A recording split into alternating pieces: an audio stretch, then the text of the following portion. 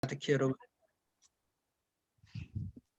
화면 가득히 여러분을 뵙고 뵈니까 좋군요. 좋습니다. 근데 여기 보니까 한 분 금방 나가셨네. 얼굴 처음 뵌 분이 한 분 계셨는데 금방 자매님 한 분. 예, 우리 저 사모님인데 모르겠어요. 아마 또 다시 들어오실 거예요. 예, 처음 뵈서 인사드리려고 했더니 예, 지금. 인사드리는 그런 순간에 아, 나가셨네. 예. 그래요. 조금 이따 들어오시면 인사드리고 들어오셨네. 반갑습니다. 사모님. 처음 뵙네요. 저 화면으로. 성함을 예. 몰라서 이름이 안 적혀 있어서.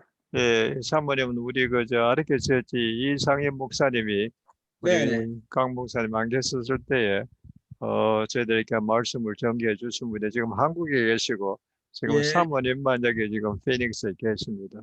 예, 대표 주자로 계시군요. 예, 반갑습니다. 이렇게 얼굴 여기서 처음 뵙네요. 반갑고 네. 인사부터 드리고 하는 게 시작일 것 같아서 그렇습니다. 네. 네. 감사합니다. 오늘은 그리스도인의 온유라는 제목, 주제로 말씀을 전합니다. 지난번에 기억하시나요? 지난번에 뭐였는지 다 잊어버리셨죠, 벌써. 지난번에는 그리스도인의 황금률이라는 제목으로 말씀을 전했습니다.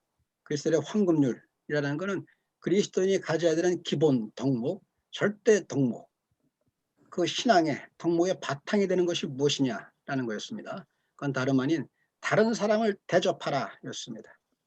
그리고 다른 종교나 철학의 황금률과 구분해서 말씀드렸었죠. 다른 종교, 철학에서는 기본적으로 하지 말라. 네가 당하고 싶지 아니한 일을 다른 사람한테 행하지 마라. 네가 겪고 싶지 않은 일을 다른 사람에게 행하지 말라 하는 하지 말라 했다면 기독교 신앙이 갖고 있는 특징이자 특장은 다름 아닌 행하라. 행하되 너 자신을 위해서 자기 유익과 자기 의와 자기 이기심을 위해서 자기 탐심과 정욕을 위해서 하는 것이 아니라 다른 사람을 대접하라 하는 이타적인 행함. 이것이 기독교 신앙의 특징이고 특징이라고 말씀드렸습니다. 지난번에 이어서 저는 그 기독교 신앙이 그러면서 또 말씀드렸죠. 기독교 신앙이 갖고 있는 그 아름다운 덕목 중에 하나가 바로 그것입니다. 항상 이타적인 것, 그 아름다움 동시에 매우 소중한 가치가 뭐가 있냐면 항상 기독교 신앙의 중심은 행함에 있다라는 건 다른 뜻이 아닙니다. 다른 종교 철학들이 조심하고 근신하면서 수동적이고 반면에 기독교 신앙은 항상 능동적이고 적극적인 신앙입니다. 행함이 있대 적극적으로 능동적으로 행함 있는 신앙, 그것이 기독교 신앙의 특장일 겁니다. 오늘은 지난번에 이어서 그리스도인의 온유라는 주제로 말씀을 전합니다. 그리스도인의 온유, 황금률에 못지않게 혹은 동등한 의미에서 그리스도인이 가져야 되는 중요한 덕목입니다. 그리스도인의 온유, 이 온유라는 주제의 중요성에 대해서는 모르는 사람이 없습니다. 다들 온유해야 된다. 그리스도인은 모름지기 온유해야 된다는 말을 반복하고 또 반복합니다. 오늘 진희자매님께서 읽어주신 구절, 오늘은 지난번에는 이혜경 자매님이 꼴랑 한 절만 읽기 해서 너무 섭섭해가지고 오늘은 구약 신약을 두루 읽으시게 했더니 또 오늘은 너무 많으셨는지 마태복음도 읽어야 하시더라고요. 그래서 제가 네 읽어야 됩니다 이렇게 말씀드렸습니다. 큰 목소리로. 그 마태복음, 민수기와 마태복음 신약과 구약을 넘나들면서 오늘 읽어주셨어요. 그냥 간단히 읽고 넘어갔습니다만 마태복음의 구약에서의 모세는 누구입니까? 구약의 모세는 그야말로 구약 시대의 핵심, 중심이죠. 신약 시대의 예수는 누굽니까? 당연히 신약 시대의 중심이요. 성경 전체 통틀어서의 중심일 겁니다. 그 모세와 그 예수 그리스도를 오늘 성경은 그렇게 말하고 있습니다. 민수기에서 이 사람 모세는 그 온유함이 세상에서 가장 더하더라. 어떤 사람보다 더하다는 겁니다. 가장 온유한 자가 모세다라고 말씀했습니다. 그 다음에 성경 전체를 통틀어 가장 온유한 인물이 누구라고 말합니까? 우리는 예수 그리스도입니다. 예수 그리스도가 왜 온유한 인물인지는 나중에 진행하면서 말씀드리겠습니다. 두 분 다 구약과 신약의 대표, 그리고 구약과 성경 전체의 대표하는 두 분들에게서 우리는 온유의 모습을 바라봅니다. 그리스도인의 온유, 이거는 있어도 되고 없어도 되는 선택도 아니요, 상대적인 개념도 아닌 절대적인 덕목입니다. 다만 안타깝게도 저를 비롯해서 우리들이 내 자신이 우리가 과연 온유한가 라고 물을 때 최소한 저는 예, 저는 온유합니다 라고 답하지 못한다는 매우 안타까운 마음입니다. 누구든지 알고 있는 기본 덕목 온유이지만 온유는 사실은 우리에게서 너무 멀리 떨어져 있습니다.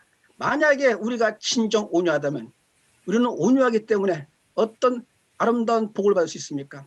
온유한 자는 기본적으로 수고하고 무거운 죄의 짐에서 벗어날 수 있습니다. 온유한 자는 수고하고 무거운 짐이 무엇입니까? 성경에서 말하는 짐, 수고하고 무거운 짐은 마음의 고통을 말합니다. 그 마음의 고통은 어디에서 비롯됩니까? 재수가 없어서 생기는 겁니까? 내 능력이 부족해 생기는 겁니까?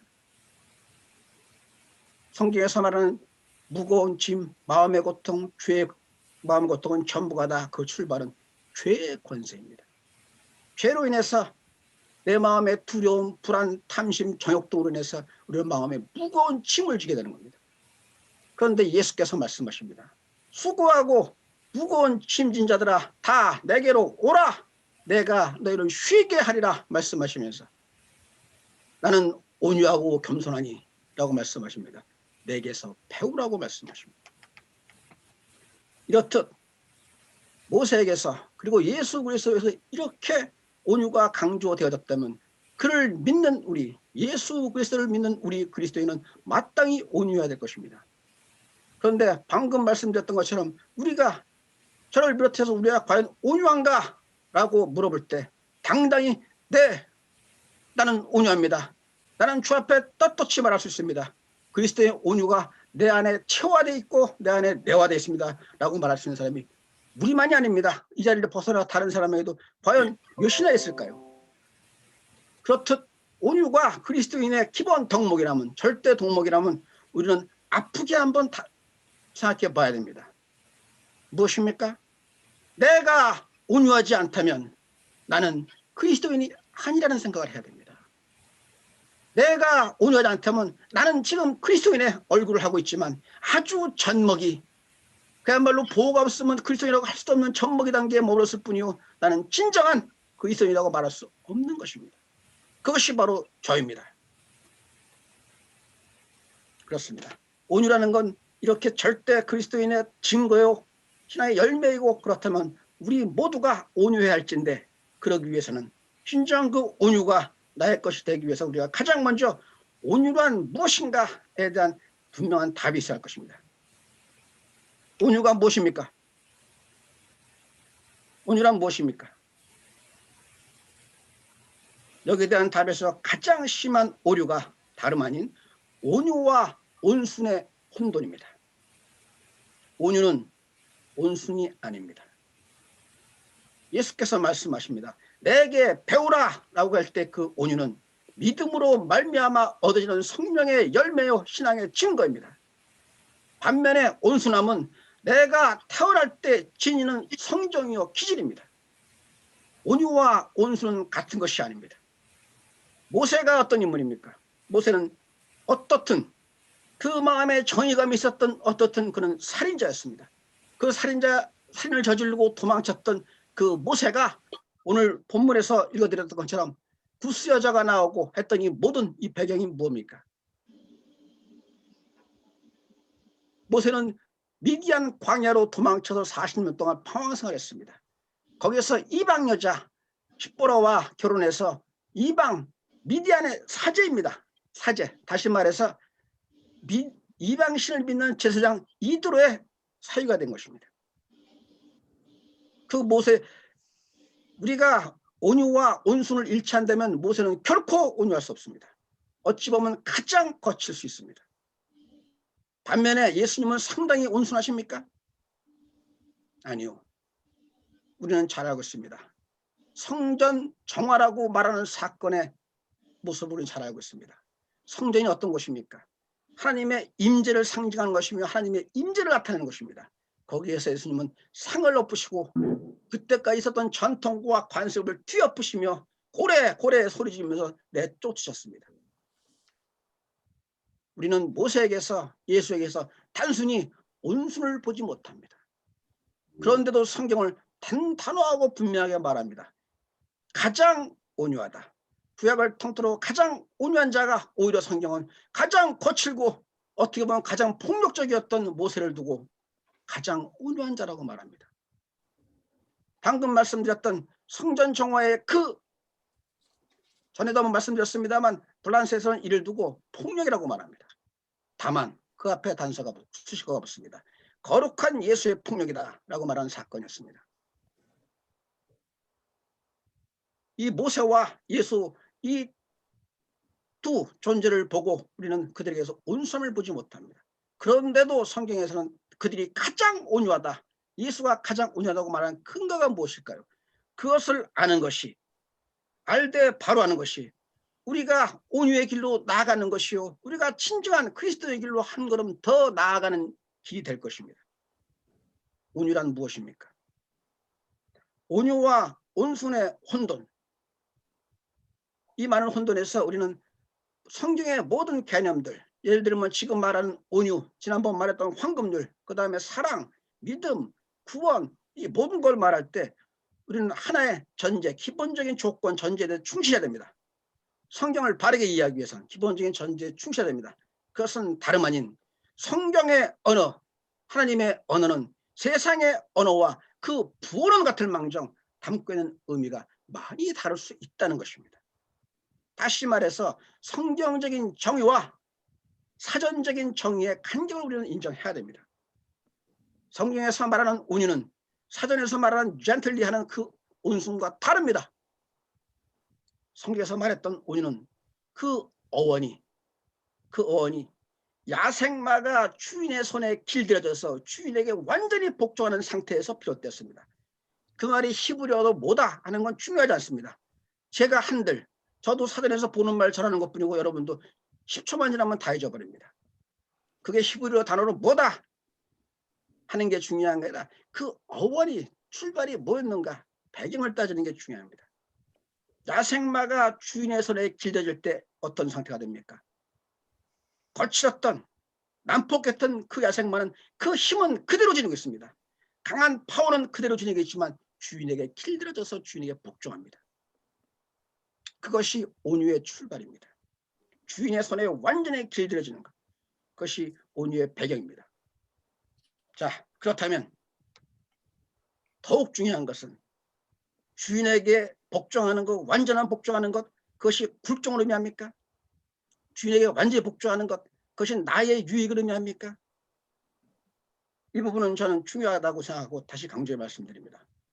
주인에게 완전히 복종하고 온전히 순종하여 주인의 손에 길들여지는 것, 주인에게 완전히 의존하는 것, 그것이 온유라면, 그 말의 진정한 의미가 바로 온유라면 우리가 알아야 할 것은 주인은 누구인가입니다.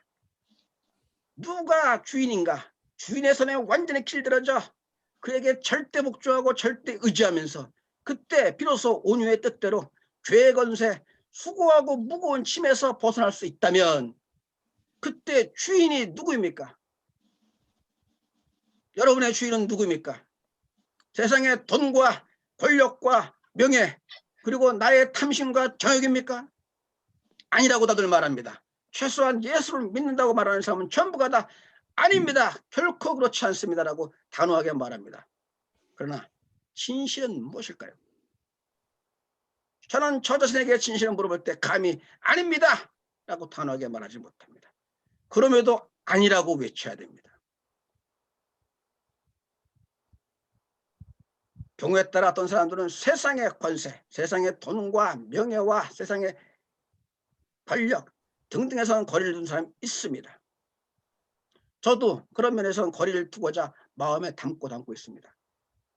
그렇다면 세상의 주인은 아닐망정 어떤 경우가 있습니까?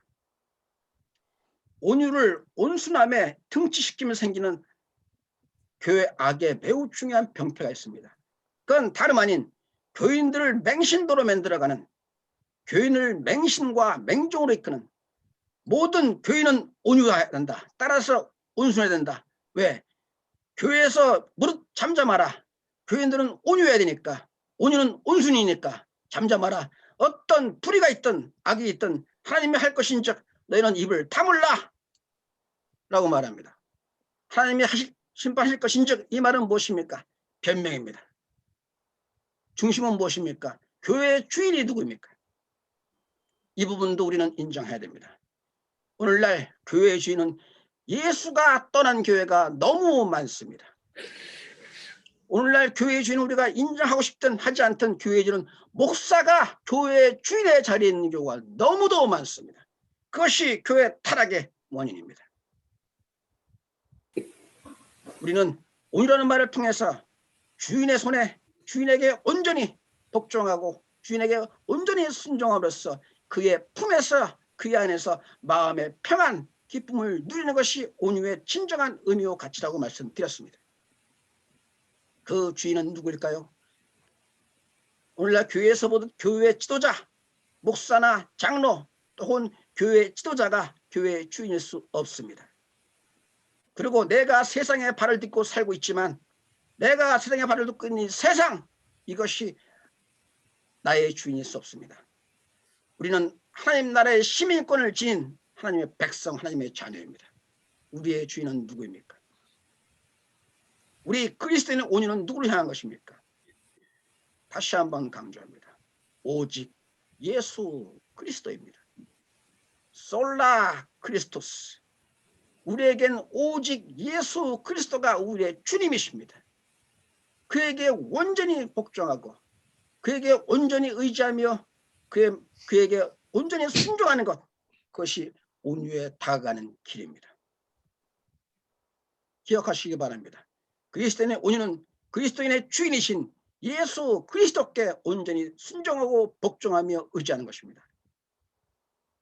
그렇다면 하나 더, 예수 그리스도가 우리의 주님이시며 그가 주인이신 그를 따라간다, 그에게 순종하며 그를 믿고 그에게 온전히 의지한다 할 때 예수 그리스도의 무엇에 우리가 순종해야 됩니까? 그가 지닌 절대적인 권위에 순종하는 겁니까? 그가 지닌 전지전능의 능력에 복종하는 것입니까? 그가 지닌 남다른 지혜에 복종하는 것입니까? 그의 도덕성에 복종하는 것입니까? 모든 것이 다 나름의 일리는 있을 것입니다. 이때 우리는 예수가 누구인가라는 걸 다시 한번 새겨봐야 됩니다. 예수는 누구입니까? 하나님의 말씀, 하나님의 말씀의 강생이 예수 그리스도입니다. 우리가 예수께 온전히 순종한다, 그에게 온전히 의지하며 그를 믿음으로 우리가 구원의 길로 나아간다라고 그럴 때 그것은 다름 아닌 그리스도의 말씀입니다. 다시 또 강조합니다. 우리 신앙, 그리스도인의 신앙의 핵심, 본질은 모름지기 말씀입니다. 이 부분은 제가 기회만 있으면 강조해 말씀드리는데 강조하고 또 강조하고 강조해서 말씀드려도 결코 지나침이 없다고 하는 게 저는 말씀입니다. 한마디로 얘기하면 저는 그리스도 신앙은 말씀의 신앙이라고 단언합니다. 이렇게 온유와 온순의 그릇된 일치, 잘못된 왜곡, 오류로 인해서 개념의 잘못된 정의는 하나님의 말씀에 대한 왜곡으로 이어지고 맙니다.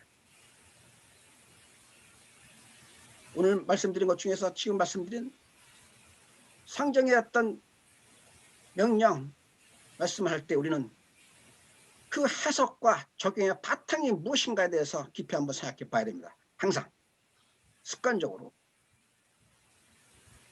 그때 우리는 모든 해석에 의해서 내가 알고 있는 나의 지식, 내가 알고 있는 나의 경험, 그 모든 것이 세상의 언어가 되는 것입니다. 내 바탕을 두고서는 안 됩니다. 그 모든 거의 지식이 성경적인 관점에서 어떤 의미를 지니는가, 다시 조금 더 깊이 들어가면 말씀하시는 화자 하나님께서 이건 무슨 의미를 지니고 있는가 라는 걸 한번 새기면서 그 의미를 다시 한번 반추하고 반짜고 소화시키면서 나아갈 것입니다. 그렇습니다. 그리스도의 온유는 그리스도의 절대 덕목이요 신앙의 결실입니다. 우리 잘 알고 있지 않습니까? 예수께서 오늘 말씀하신 것처럼 나는 온유하고 겸손하다라고 말씀하셨고, 그 다음에 우리가 잘 알고 있는 고린도전서 13장 사랑의 장에서는 뭐라고 말합니까? 그리스도인의 절대 계명인 사랑에 대해서 뭐라고 말할까? 제일 시작이 처음이 뭐죠? 사랑은 오래 참고. 오케이 1등 합격입니다. 권사님. 그 다음 제가 묻고자 하는 건 그 다음이겠죠. 사랑은 오래 참고 사랑은 온유하고. 온유함 바로 나옵니다. 사랑은 오래 참고 사랑은 온유하며 절대 계명 그리스도인의 사랑은 그 모습이 온유해서 나타난다는 겁니다. 그 다음에 우리가 잘 알고 있는 믿는 자에게서는 그 증거를 보이라는 게 다름 아닌 성령의 열매일 것입니다.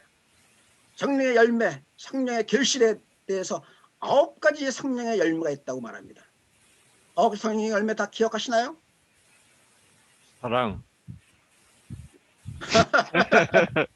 9가지 위락. 열매, 화평. 9가지 열매를 맺기 전에 먼저 전제가 있습니다. 참 그건 저는 정말 그리스도의 바로 그리스도의 언어라고 하는 그 부분들 이 구절들 보면 뭐 예수께서 직접 하신 말씀 아닙니다만 성경 전체의 바를 보면은 이러니까 기독교 신앙의 우월성을 저는 항상 말합니다. 그 전에 성령의 9가지 열매를 찾기 전에 먼저 너희는 무엇을 십자가에 못 박으라 그러죠? 열매를 맺기 전에는 밭에서 혹시 나게 하기 위해서는 나무에서 과일 맺히게 하기 위해서는 땅 토양이 좋아야 됩니다. 돌밭, 가시밭 등등에서 자랄 수 없겠죠. 마찬가지로 우리 마음의 성령의 열매를 맺기 위해서 성경은 말합니다. 너희는 먼저 탐심과 정욕을 십자가에 못 박아라. 탐심과 정욕을 못 박은 연후에 그 마음의 밭에서 우리는 성령의 열매가 맺어지는 것입니다. 성령의 열매는 장로님이 말씀하셨나요? 금방 큰 소리로 사랑이요? 사랑이라고? 사랑. 하나만 보겠습니까? 사랑이, 희락, 화평. 3가지 하셨네. 예. 다른 사람이 아마 또 할 거예요.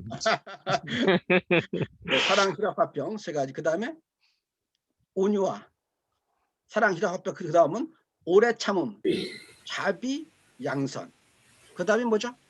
충성. 충성. 그 다음. 절제. 그거만 빼세요 지금? 온유 절제. 충성, 온유, 절제, 온유. 9가지 열매. 저는 온유 답을 드리려고 한 건데 그거 제일 마지막에 하시네. 그렇습니다. 성령의 열매에서도 오늘 예수께서 하신 말씀에서도 사랑의 절대 계명에서도 온유는 필수입니다. 사랑과 희락과 화평과 오래 참음과 자비와 양성과 충성과 온유와 절제이니 라고 말씀하십니다. 그렇습니다. 이 온유는 우리 그리스도인은 반드시 새겨야 되는 우리의 동목인 동시에 의무입니다. 온유하기 위해서 우리는 내 마음의 온순함을 갖추기 이전에 우리가 할 바는 바로 말씀에 순종하는 것입니다. 모세는 예수 그리스도는 세상의 기준 관점에서 볼 때 온순한 자가 아니었습니다. 그런데 그는 온유한 자다. 온유 중에서 가장 온유한 자라고 말씀했던 건 다름 아닌 하나님의 뜻에 완전히 복종했기 때문입니다. 어떻습니까? 오늘 읽어주신 구절에 보면은 구스 여인과 결혼했죠. 혼인한 것 때문에 미리암과 아론이 모세를 비방합니다. 그 말은 뭡니까? 비방해서 뭐라고 말합니까? 모세를 비방하고 모세를 쫓아내려고 말합니다. 뭐라고 말하면 하나님이 모세에게만 말하는 게 아니다. 우리한테도 말하지 않았느냐? 그렇지 않습니까? 여자 최초의 여선지자가 미리암이라고 말하지 않습니까? 우리한테도 말했다. 모세한테만 복종할 게 없다. 지금 모세는 저 구스 여자 이방신을 믿는 이방 여자랑 또 혼인하고 있지 않냐? 라고 비방한 겁니다. 그때 묵묵했습니다. 그랬던 모세를 두고 그 거칠었던 모세가 하나님 뜻에 완전히 복종하면서부터는 모세는 담대히 하나님 뜻만을 따라할 뿐입니다. 예수 그리스도는 어떠셨습니까? 하나님의 아들이신 그분이 종의 형체로 나타나서 자기를 낮추고 낮추시다 죽기까지 복종하셨습니다. 죽기까지 뭐에 복종했습니까? 하나님의 뜻에 복종했습니다. 그것이 예수 그리스도의 바로 온유입니다. 자기를 죽기까지 내 생명은 나의 것이 아니요 주인이신 아버지 하나님 당신의 것입니다. 라고 고백하면서 자신의 생명을 바친 것입니다. 그것이 온유입니다.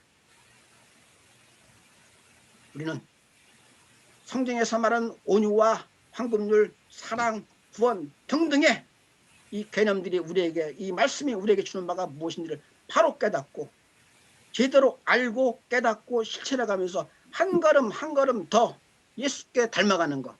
예수께서 말씀하십니다. 내가 너에게 오늘 주겠다라고 말씀하지 않습니다. 내게서 배워라 라고 말씀하십니다. 너희들이 능동적으로 나에게 배워라. 이 말은 뭐냐면 나에게 다가와라. 나를 닮아라. 나의 온유를 배워라. 뭐냐면 온전히 하나님께 순종함을 배워라. 이 말씀입니다. 이렇게 온유가 우리 안에 내화될 때, 온유가 우리 안에 심어질 때 우리는 하나님이 주시는 놀라운 복을 받습니다. 그 복이 무엇입니까? 수고하고 무거운 짐, 죄의 고통, 마음의 고통, 절망, 슬픔, 외로움, 이 모든 고통에서 벗어날 수 있는, 수고하고 무거운 짐을 벗어낼 수 있는 그 신령한 복을 우리에게 주시는 것입니다. 자, 마지막으로, 그렇다면 온유와 온수는 전혀 무관할까요? 다시 원점으로 돌아가는 건가요? 그렇지 않습니다. 온순한 자가 온순함이 온유는 아니로되 온유한 자는 점점 온순한 외형이 드러나줘야 합니다. 그것이 향기가 되어야 됩니다. 거친 자기의 성정도 갈고 다듬고 다듬어가면서 점점 온순함이 드러나줘야 됩니다. 본질이 다릅니다. 온순함에서 가는 온유가 아니라 나의 온유함에서 배선하는 온순함으로 사람들을 패배할 줄 알아야 될 것입니다. 자, 마지막으로 지난번에는 그리스도인의 황금률을 말씀드리면서 그렇게 얘기했습니다.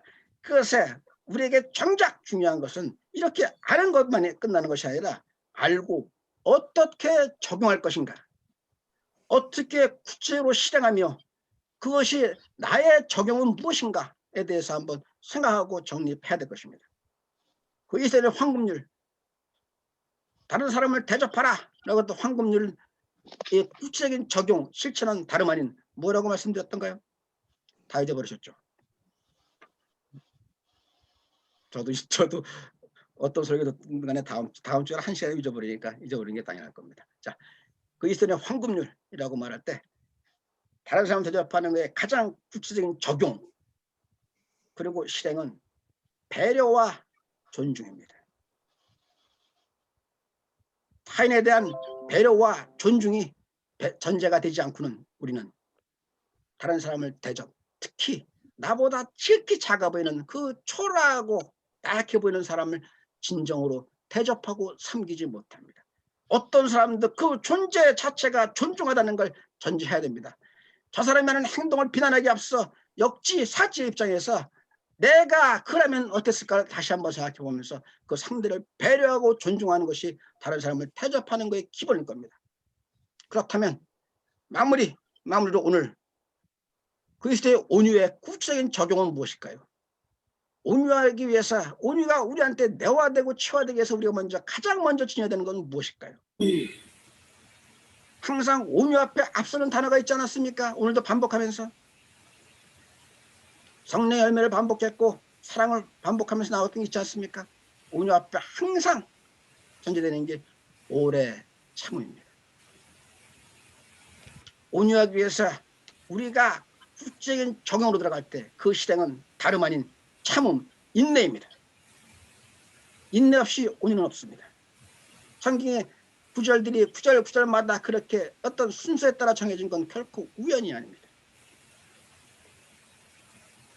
그래서 이 황금률을 통해서 우리는 배려와 존중의 적용을 말씀드렸다면 오늘 진정 온유하기 위해서 우리는 인내가 있어야 됩니다. 하나님의 말씀, 예수 그리스도의 말씀에 온전히 복종하고 순종하는 우리는 설령 나의 기도와 나의 간구와 나의 그 믿음이 정말 처절한 그 믿음이 있었건만 나에게 왜 이렇게 응답이 없는가 라고 초조히 말하기 전에 오래 참음에 더 믿음을 지녀야 할 것입니다. 그리스도인의 온유, 그것은 우리의 절대 덕목이요 의무인 동시에 우리에게 주신 신령한 복입니다. 마치겠습니다. 할렐루야. 주님 감사합니다. 우리 주 예수 그리스도께서 말씀하셨습니다.